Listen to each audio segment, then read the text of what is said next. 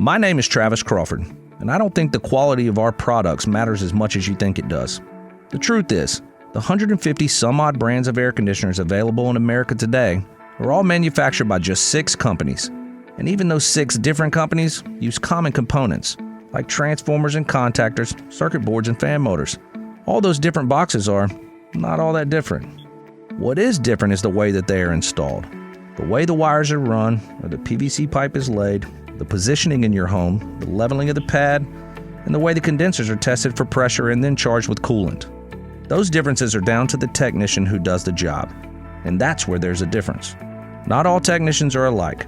Some techs are sticklers for detail, personally committed, and confident enough in their work to sign their name on the air conditioners they install, right above my name, because the Travis Crawford Certified Seal is where I vouch for them. Now there's something that makes a difference. Travis Crawford, HVAC.com.